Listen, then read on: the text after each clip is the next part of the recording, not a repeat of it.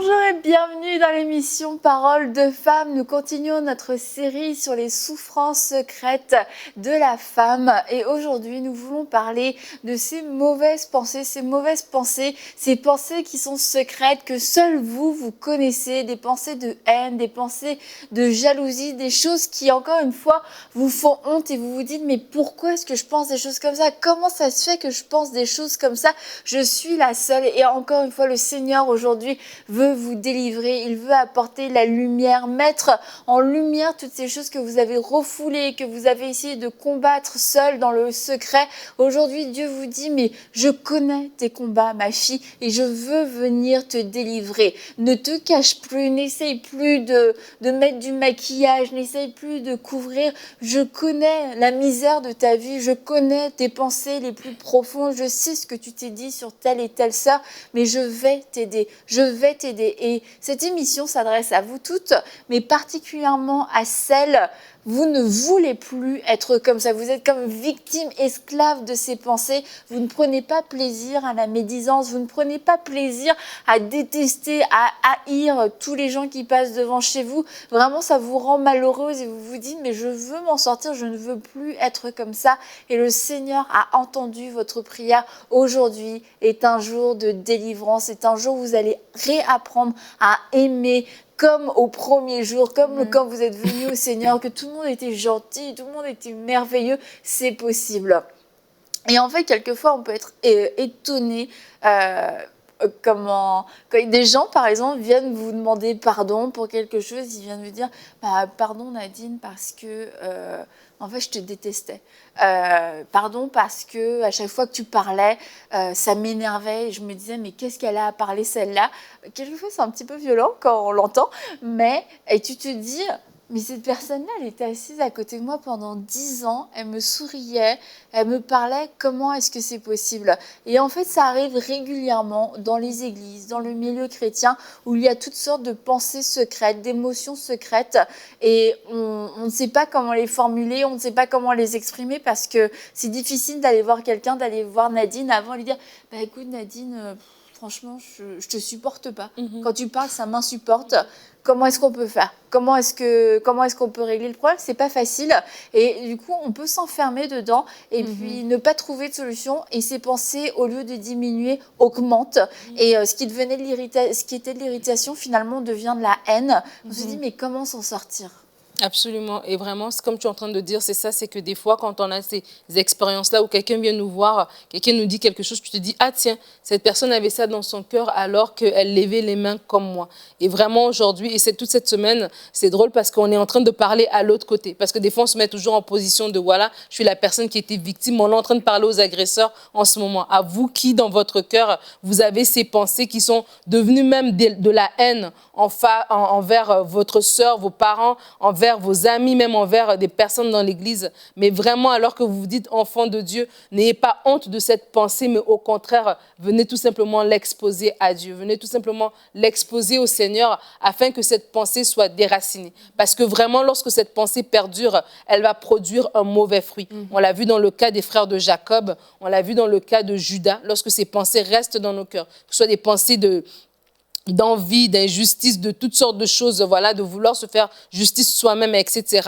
ces pensées vont produire quelque chose de mauvais. Lorsque tu parles de ne pas aimer quelqu'un, la Bible nous dit de nous aimer les uns les autres, mais ça peut arriver que deux personnes ont deux personnalités différentes. Et des fois, tu peux rencontrer quelqu'un qui, voilà, vos personnalités ne sont pas fusionnelles, etc. Et oui, ça peut arriver qu'il y ait même des désagréments, des désaccords dans notre façon de fonctionner dans un ministère, exemple. Mais lorsqu'une pensée vient, on a dit depuis le début de la semaine que la pensée, quand elle vient de l'ennemi, elle ne vient pas que faire un petit voyage, un petit aller-retour, un petit va-et-vient dans ton cœur. Elle vient pour y demeurer et pour produire un mauvais fruit. Lorsque cette pensée qui vient, qui dit, tiens, cette personne m'irrite, quand elle parle, ça m'énerve, de vraiment amener ça à la lumière de la parole. De vraiment tout de suite venir dire, tiens Seigneur, voici cette pensée qui est dans mon cœur. Cette sœur, à chaque fois que je l'entends, elle m'énerve. Mais pourquoi? Et vraiment d'amener ça à la lumière de la parole pour que Dieu vienne venir nous montrer. En fait, elle t'énerve parce que tout ce qu'elle dit, tu aimerais le dire à sa place. Tu aimerais avoir sa place. Et peut-être là, tiens, toi, tu pensais que tu avais juste une pensée de jugement par rapport à elle parce qu'elle ne fait pas bien les choses. Mais en fait, derrière, il y a de l'envie. Derrière, il y a de la jalousie. Derrière, il y a un sentiment peut-être que ouais, je devrais être à sa place, etc. Et tout ça, c'est Dieu qui nous le montre si on prend le temps de venir devant lui, en fait. Nous, la nécessité de vraiment demander à Dieu de sonder son cœur, hein. C'est vraiment une prière qu'on devrait faire tous les jours. Quand on voit tout ça, quand on est exposé, mais vraiment, ce n'est pas une prière à négliger. Et la Bible nous dit que l'homme est comme les pensées de son âme. Et c'est pour ça qu'il ne faut pas le cacher. Parce que si tu restes à l'intérieur de toi, il y a des personnes qui disent que parce que ce n'est pas sorti, j'ai pas péché, donc il n'y a rien. Mais tu te permets quand même de penser, d'avoir de la jalousie envers ta sœur, peut-être dans ta tête. Mais vu que tu n'as jamais exprimé, personne ne le verra, mais tu te dis c'est OK. Mais l'homme est comme les pensées de son âme. Et au finalement, si tu gardes le mal en toi comme ça, tu gardes ce mal-là, mais tu vas voir que tu es en train de gâcher ta vie à toi parce que tu vas finir par ressembler à ce que tu penses. Donc, c'est vraiment important quand on est face à ces pensées-là, mais de ne pas... de se dire que, mais oui, c'est arrivé, mais maintenant, je ne veux pas le garder dans mon âme. Je ne veux pas que ça devienne les pensées de mon âme. C'est arrivé aujourd'hui, mais je veux me décharger de ces pensées-là. Il faut que je les expulse. Et même, parfois, ça arrive vraiment comme ça. Hein. Moi, j'ai une amie, c'est des choses parfois que tu ne prémédites pas. Elle me dit que quand elle était enceinte, bah, elle n'était pas encore enceinte, elle voulait un enfant. Et elle avait vu une sœur passer qui était enceinte. Elle a eu un truc dans son cœur qui est arrivé comme ça. Mais c'est une fille qui est gentille, là. C'est une fille qui est très bonne, elle est géniale. Et puis là, elle te dit quelque chose comme ça. Et c'est elle-même qui m'exhortait ce jour-là en me disant, mais vraiment, quelquefois, on ne réalise pas que des choses comme ça peuvent être dans notre cœur. Mais quand ça arrive, mais c'est là où tu dois vite courir vers Dieu pour dire, Seigneur, je ne veux pas ça. Je n'aime pas ce que je suis en train de voir en moi. Je refuse ces choses. Seigneur, il faut que ce soit déraciné. Et une des pires choses, en tout cas, c'est dans des moments où on en a marre de vivre ça, c'est de s'endurcir et puis de se justifier. Non, mais j'ai des raisons quand même de ne pas l'aimer. J'ai des raisons, c'est... Écoute, Dieu connaît mon cœur. Justement, Dieu connaît votre cœur et Dieu est en train de traiter des choses dans votre cœur, en train de mettre des choses à la lumière parce que ces choses n'ont pas leur place. Et il y a des moments, quand on est vulnérable, ça fait mal parce qu'on se dit non, je veux pas être comme ça. Et puis ça nous fait mal de nous voir comme ça. Et du coup, on peut choisir de s'endurcir et choisir de se justifier, choisir de se donner des raisons, choisir de se dire non, mon émotion est légitime. Et puis sérieusement, le diable est d'accord avec nous. Donc le diable va nous donner des arguments dans cette discussion. Oui, tu as raison de la détester. Parce que. Tu as raison d'avoir de la haine, parce que. Regarde, et puis après, le diable ouvre nos yeux sur tout un tas de circonstances. Regarde comment elle t'a parlé, regarde comment elle t'a regardé, regarde comment elle ne t'a pas parlé, comment elle ne t'a pas regardé. Et finalement, si tu réalises... Quoi que la personne fasse, qu'elle te regarde pas, qu'elle te parle pas, ça vient alimenter cette jalousie, ça vient alimenter cette haine. Et je sais que ça fait mal quelquefois quand on est vulnérable et qu'on laisse la parole faire cet effet de miroir parce qu'on peut voir quelque chose qu'on n'aime pas. On voit une image de nous qu'on n'aime pas, on se dit non, je veux pas être comme ça, mais la correction fait mal. Au premier abord, oui, la Bible nous dit que la correction au premier abord amène de la tristesse, mais après, ce que la correction produit, c'est un fruit paisible de justice. Et ça va amener la paix. Et peut-être que là, oui, il y a ce moment où je me vois, il y a ce moment où j'entends cette émission, je me dis, ça, c'est moi. C'est moi, je suis en train de penser telle et telle chose de telle personne et vous savez exactement ce que vous pensez et de qui vous le pensez. Mais maintenant, c'est votre décision. Qu'est-ce que vous allez faire ? Est-ce que vous allez vous détourner de ce miroir parce que vous n'aimez pas ce que vous y voyez ? Ou alors, est-ce que vous allez décider de se dire, en effet, je n'aime pas ce que je vois. Alors Seigneur, viens à mon secours afin que les choses changent, afin que ça change dans mon cœur, que vraiment toutes ces choses cachées dans mon cœur que personne ne connaît, ne peut même soupçonner, mais viens les déraciner, je me repens. Et c'est de le dire en fait, de le verbaliser dans la présence de Dieu. je déteste cette personne, j'ai des sentiments de haine pour cette personne, mais viens me délivrer. Et déjà, ça, ce sera un grand premier pas que de l'admettre devant Dieu. Effectivement. Et Dieu, il sait. Hein. C'est ça aussi. C'est que tu as plus intérêt vraiment à tout le verbaliser dans la présence de Dieu parce que Dieu, il sait et il va te donner comme la force d'affronter.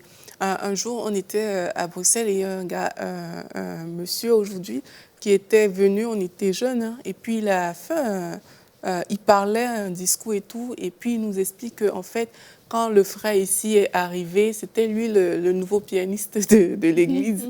Or, lui, tu vois, il était là depuis des années et tout, on l'aimait beaucoup. Et il dit que quand le nouveau est arrivé, le nouveau pianiste, mais lui, il a senti une jalousie parce que l'attention qui était sur lui a été détournée quelque part. Et il est parti voir le frère.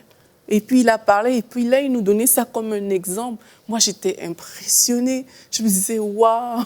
Donc, tu peux aller voir quelqu'un pour dire que quand je t'ai vu la première fois, mais il y a quelque chose qui s'est passé en moi. Mais c'est Dieu qui nous donne cette force. Parce que dans le témoignage de ce garçon, c'est ce qui ressortait. C'est que quand tu vas vers Dieu, justement, pour faire ce travail, où tu dis à Dieu, tu lui parles, tu avoues devant Dieu que Seigneur, vraiment, cette fille, elle me tape sur les nerfs. Tu avoues ces choses-là, mais Dieu va travailler à l'intérieur de toi de sorte que tu vas aller voir la personne et lui dire, vraiment, je te demande pardon parce que j'ai toujours cru que tu étais telle personne ou telle personne. Il y a même des fenêtres qui vont s'ouvrir devant toi où tu pourras soit côtoyer la personne, parce que quelquefois, c'est juste de loin que ces choses-là se font, soit tu vas voir des qualités en cette personne que tu n'avais jamais vues. Et ça aussi, ça va te permettre de t'approcher davantage de cette personne pour demander pardon. Donc, c'est un travail vraiment libérateur que d'aller dans la présence de Dieu parce que c'est lui qui donne la force. Or, j'ai remarqué dans ces choses-là que parfois, tu devras confronter cette personne pour demander pardon. Et c'est une étape qu'il ne faut pas chercher à se défiler de ça, mais juste réaliser que le Seigneur va te donner la force, non seulement pour voir la personne différemment, mais aussi pour pouvoir juste être à l'aise avec cette personne-là et que cette personne ne soit plus comme une rivale pour toi. Mais tu sais, quand la Bible dit de garder son cœur plus que toute autre chose, parce que c'est de là que viennent les sources de la vie. Et lorsqu'on ne garde pas son cœur, lorsqu'on a des pensées comme ça de haine, de jalousie, de méchanceté, en fait, notre vie produit la mort. Mais on ne s'en rend pas compte, en fait. Comme tu disais, quand tu parles, tu as des pensées de haine envers quelqu'un, l'ennemi va te donner des situations pour te reconforter dans ces pensées-là et te maintenir dans ces pensées-là, parce que de toute façon, il ne veut pas que tu prospères. Mais dans ta vie, tu vas voir que ta vie ne produit pas de fruits. Et moi, je me rappelle, dans l'église, c'est quand même assez courant, malheureusement, des frères et des sœurs qui vont avoir des sentiments comme ça, de rivalité par rapport aux autres, de jalousie, etc. Et là, on parle à des chrétiens. On n'est pas en train de faire une émission à des non-croyants, on parle à des chrétiens en ce moment qui ont ces pensées-là. Et moi, il y a plusieurs années derrière, il y avait en particulier un groupe de sœurs et un frère qui était venu, qui nous avait rencontrés, et qu'il y avait une des filles là, le Seigneur a délié sa langue tout simplement pour qu'elle nous avoue qu'elle nous détestait. Et en fait, pour aucune raison apparente, mais comme tu dis, des fois, des impressions, voilà, quelque chose comme ça, qui fait que la personne, elle vous déteste, et puis en plus, elle sert. Et tu te rends compte, mais en fait, c'est normal que tes choses ne marchent pas, en fait, parce que tu travailles avec un mauvais sentiment dans ton cœur. Et là, quand l'autre personne fait des choses et que ça marche, et que toi, tes choses à toi ne marchent pas, tu te fâches encore davantage, mais c'est parce que déjà, ce que tu es en train de faire ne peut pas prospérer parce que tu le fais avec une mauvaise motivation. Alors vraiment aussi aux gens qui se disent, tiens, j'ai un sentiment de haine par rapport à quelqu'un, OK, si tu ne veux pas le faire pour l'autre personne, fais-le pour toi-même. Parce que lorsque tu vas te débarrasser de ces sentiments de haine, des sentiments de jalousie, ta vie va prendre un pas de plus. Ta vie va prendre un bond de plus. Donc oui, normalement, tu devrais aller vers cette personne et lui demander pardon parce que ce que tu penses d'elle est mauvaise, mais juste pour toi-même. Parce que le Seigneur ne peut pas travailler avec quelqu'un qui marche dans la haine, dans la jalousie, dans la méchanceté. Dieu est un Dieu qui est bon, qui est saint. Il ne peut pas faire cela. Donc vraiment de dire, en fait, je me prive. Seigneur, lorsque je reste dans cette animosité, c'est moi qui me prive à la fin de la journée. Et je veux marcher dans tes plans. Tu as des choses aussi pour moi. Oui, cette sœur, peut-être, elle a des choses qui sont bien. Et peut-être pour le moment, je suis en train de la jalouser. Mais en fait, toi, tu as quelque chose pour moi et vraiment que j'enlève mon focus. Si je suis la jalouse, c'est que mon focus est que sur elle. Je veux enlever mon focus d'elle, garder mon focus sur toi et sur ce que tu as pour moi. Et vraiment, c'est comme ça qu'on va vraiment se délivrer, se débarrasser, pardon, de ces pensées mauvaises. Et Dieu va le faire. Ça, c'est vraiment la partie aussi importante, c'est que Dieu va le faire en nous, il va agir. Et on peut se dire, non, ça va être trop difficile, tu sais, c'est trop d'efforts, je vois pas comment je vais réussir à m'en débarrasser. Mais en fait, on va se présenter devant Dieu et quand Dieu fait le ménage, il enlève des choses. Et puis tu entres dans la présence de Dieu, tu avoues tes fautes, tu avoues là où tu en es, tu le dis, tu te repens. Et puis, comme Aurélie dit souvent, 100 minutes, 100 minutes, même pas. Et en fait, tu ressors, tu te dis, mais j'ai plus d'elle, je sais même plus pourquoi je l'aimais plus, pourquoi je la détestais. Et c'est le travail surnaturel de Dieu. Et faut pas se limiter, oui, il va falloir que je fasse des efforts sur moi-même, que je prenne sur moi-même, que je fasse preuve de maîtrise de moi, de patience. Non, vraiment, l'œuvre de Dieu est active et elle est vraiment active. Il y a des miracles qui se passent dans nos cœurs, il y a des choses qui sont enlevées comme ça, il y a des choses qui sont transformées et ne minimisez pas l'action de Dieu dans votre cœur parce qu'il veut faire un miracle. Amen. Et quand tu parles, Annabelle, tu parles des personnes qui, parce qu'elles font des efforts d'elles-mêmes, elles produisent quelque chose, mais vraiment, quand c'est Dieu qui agit, ça va vraiment en profondeur. Et tu es convaincu que cette chose ne te dérangera plus. Parce qu'on est en train de parler aux personnes qui ne veulent pas aussi entretenir ces sentiments-là. Donc, c'est vraiment de réaliser que le travail de Dieu est tellement profond. Et tu peux prier, tu dis à Dieu, Seigneur, remplace les pensées que j'ai par de bonnes pensées sur cette personne. Remplace ce sentiment que j'ai par de meilleurs sentiments. Et là aussi, le Seigneur agit, vraiment. Comme on dit, demandez, on vous donnera. Donc, si tu veux, tu te places devant Dieu, tu demandes des bonnes pensées, tu demandes des bons sentiments, mais le Saint-Esprit va remplir ton cœur de ces bonnes pensées et de ces bons sentiments. Maintenant, quand il a fait, parce que moi, je crois que quand on prie, vraiment, Dieu exauce, et même à l'instant, quand il a fait, c'est à toi aussi de persévérer, de ne pas laisser que tes insécurités personnelles viennent tout le temps voler le travail que Dieu a accompli dans ta propre vie, en fait. Donc là, c'est à toi aussi de travailler parce qu'il y a une source à toutes ces choses-là. Si la source vient de tes propres insécurités, mais c'est à toi aussi de demander à Dieu la guérison par rapport à ces insécurités-là. Parce que tant que cette porte sera ouverte, le travail aura beau être fait, mais ce ne sera peut-être plus la sœur, cette sœur-là aujourd'hui, mais demain, ce sera une autre sœur. Donc, il faut vraiment se remettre à Dieu pour que dans la profondeur, non seulement la chose évidente soit enlevée, mais aussi la source qui est l'ouverture à toutes ces choses-là, qu'elles soient aussi détruites complètement. Exactement. Si ce n'est pas cette sœur, ce sera quelqu'un d'autre. Parce qu'en fait, le problème, et je vous le dis vraiment dans l'amour et en toute humilité, le problème ne vient pas des autres. La jalousie ne vient pas des autres. La jalousie, la haine, c'est des choses qui viennent de nous. Et ça vient de nous. Ces sentiments trouvent des canaux, trouvent des cibles en fait. Et la cible, ça va être peut-être des gens qui ont des choses qu'on n'a pas. Mais en fait, c'est pas la personne elle-même. Et si on traite le problème, ok, moi mon problème c'est avec Nadine, donc peut-être je vais traiter avec Nadine. Donc Nadine, tu vois, moi je suis jalouse de toi quand tu prêches. Donc est-ce que tu pourras arrêter de prêcher quand je suis là? Ça ne va pas régler le problème en fait. Et parce que mon problème, ce n'est pas Nadine en soi, c'est ce que j'ai en moi qui a besoin d'être traité. Alors ne faisons pas l'erreur de vouloir que les autres soient traités, que les autres puissent nous accommoder pour qu'on se sente mieux, parce qu'en fait, ces sentiments vont trouver de nouvelles cibles. Et une des choses aussi par rapport aux pensées, comme ton ami te l'a dit, quand tu sens ces choses arriver, tu te dis non, je ne veux pas méditer sur ça. Tout comme on a parlé par rapport à l'impureté, toutes les choses de l'impudicité, ça peut commencer avec juste une pensée, une suggestion. C'est comme, ah non, non, je ne méditerai pas sur ça. Et c'est tellement facile, d'un seul coup, tu vois, désolée, je vous prends un exemple tout le temps, d'un seul coup, tu vois, je vois quelque chose sur Nadine, il y a une pensée qui me traverse. Ah, mais Nadine, elle prend beaucoup de place dans Parole de femme. Et là, ben si je commence à méditer sur cette pensée, ben moi-même, je peux me retrouver à détester Nadine dans 6 mois, mais c'est comme, non, tu peux plus être sur le même plateau, cette chose n'arrivera pas. C'est nul et sans succès.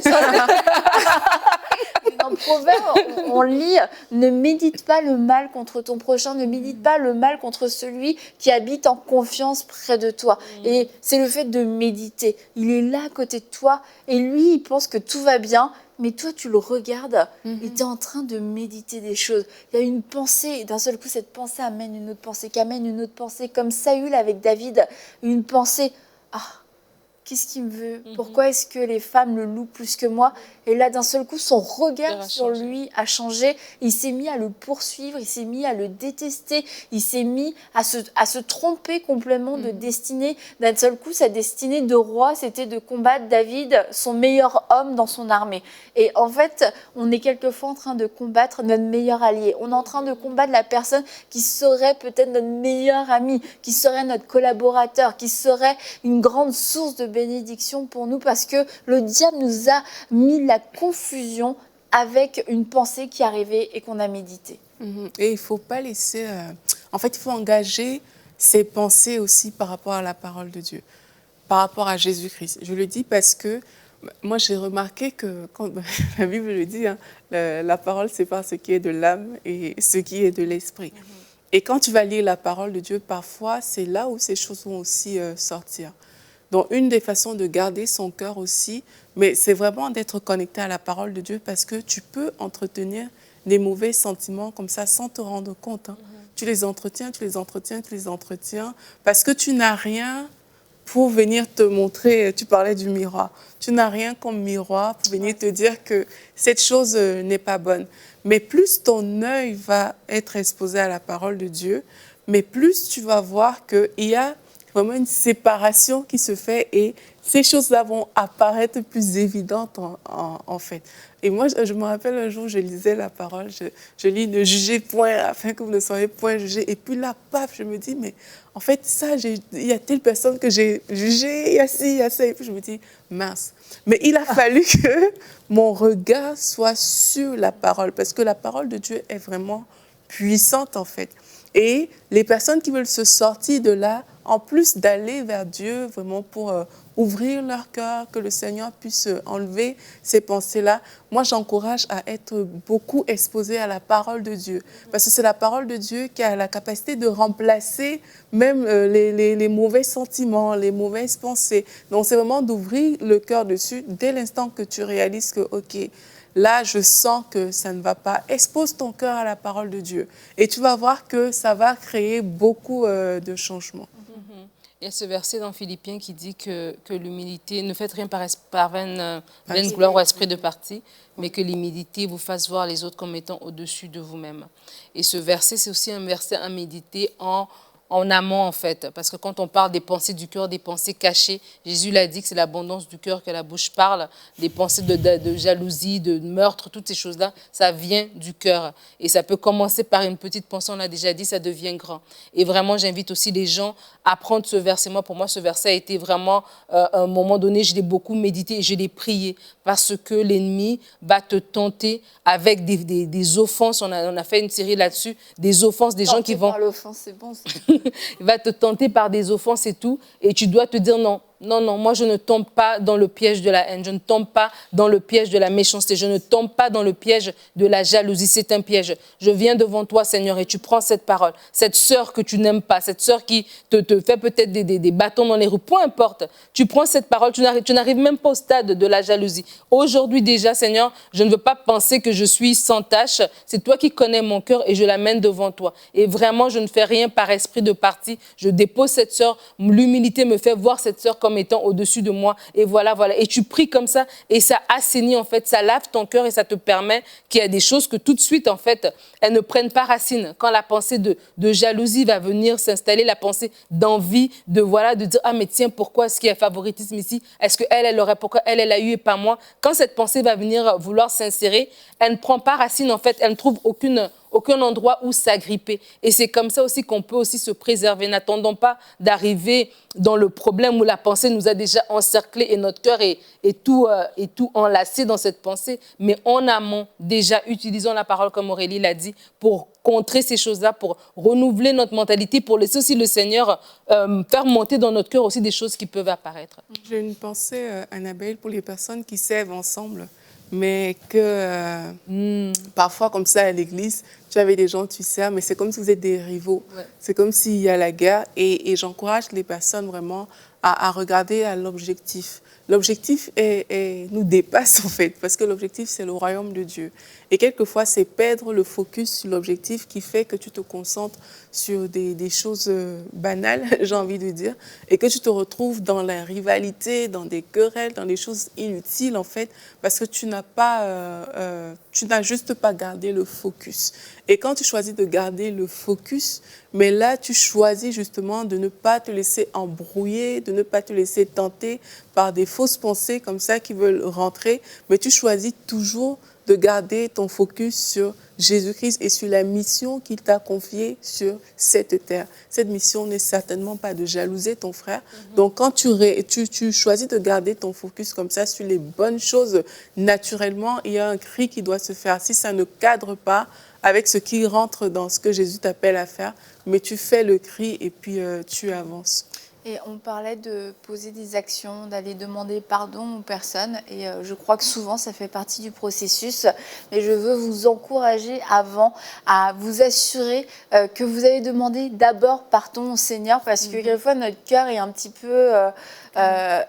et travailler, puis on se dit je vais tout de suite demander pardon à la personne, mais en fait la délivrance n'a pas encore été totalement manifestée et entièrement libérée dans notre vie, et puis on court tout de suite demander pardon à la personne, sauf qu'il y a encore des choses, et puis un mois plus tard on redemande encore pardon, 2 mois plus tard on redemande encore pardon, et finalement on fragilise les relations parce que les gens se sentent complètement insécures, ils se disent est-ce qu'elle me déteste en secret ou pas, donc ce qui est important, c'est de vraiment régler ça d'abord avec Dieu, parce que c'est pas, on fait du mal, oui, aux gens, mais on fait d'abord du tort à Dieu. Et on désobéit à Dieu quand on a ce genre de pensée de haine. Et pour bien aimer les gens, on doit apprendre à aimer Dieu. Donc, dans un premier temps, concentrez-vous sur Dieu. Demandez d'abord pardon à Dieu et apprenez à aimer Dieu, lui d'abord, à être rempli de son amour, à expérimenter son amour, peut-être une partie de son amour que vous n'aviez pas expérimenté parce que vous étiez beaucoup dans la performance et vous n'aviez pas encore pleinement goûté à sa grâce. Et du coup, c'est pour ça aussi que vous étiez dur avec les autres gens. Alors laissez-le déverser cet amour, laissez-le faire cette œuvre en vous pour vous fortifier, et après commencez à poser les actions que le Saint-Esprit va vous demander de poser dans un certain temps, mais ne vous précipitez pas à tout de suite aller voir les gens si cette chose n'est pas encore descendue, si c'était juste une pensée, si vous avez été un petit peu troublé dans votre cœur. Non, vous avez besoin de ce temps de cœur à cœur avec Dieu. D'abord, demandez pardon à Dieu. J'insiste vraiment, avant d'aller demander pardon aux gens, allez d'abord demander pardon à Dieu. Pardon d'avoir péché, pardon d'avoir eu de la haine contre ton fils, contre ta fille, pardon d'avoir désobéi à ta parole, de ne pas avoir marché dans l'amour. Et Seigneur, viens guérir mon cœur, viens combler mon cœur de ton amour. Et vous verrez que dans le faisant dans cet ordre-là, ça apportera beaucoup plus de fruits au long terme. Donc, on se dit à demain pour une prochaine émission de Paroles de Femmes.